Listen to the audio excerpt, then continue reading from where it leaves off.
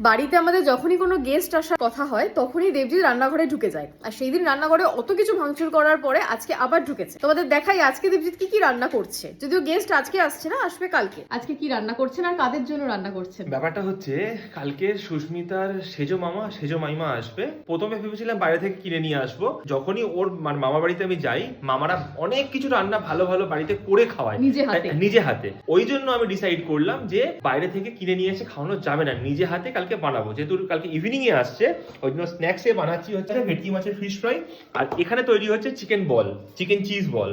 ভাঙচুরের শেফ যাতে সেফলি রান্নাটা করে সেই কারণে এতগুলো হেল্পার আছে। চিজ দেবে, চিজ আসছে ব্লিঙ্কিটে, এখন আসেনি। নো, এই হচ্ছে চিকেন বল ফাইনালি রেডি হয়ে গেছে। কালকে যখন মামারা আসবে গরম গরম ভেজে দেওয়া হবে, ওই তাড়াহুড়োর মধ্যে তখন বানিয়ে ভাজা পসিবল হয় না। এই আমাদের ফিশ ফ্রাই। আমি বাড়িতে বিস্কফ চিজ কেক বানিয়েছি, দেবজিৎ সেইটা থেকে মিক্সির ঢাকনা থেকে চেটে চেটে সসটা খাচ্ছে।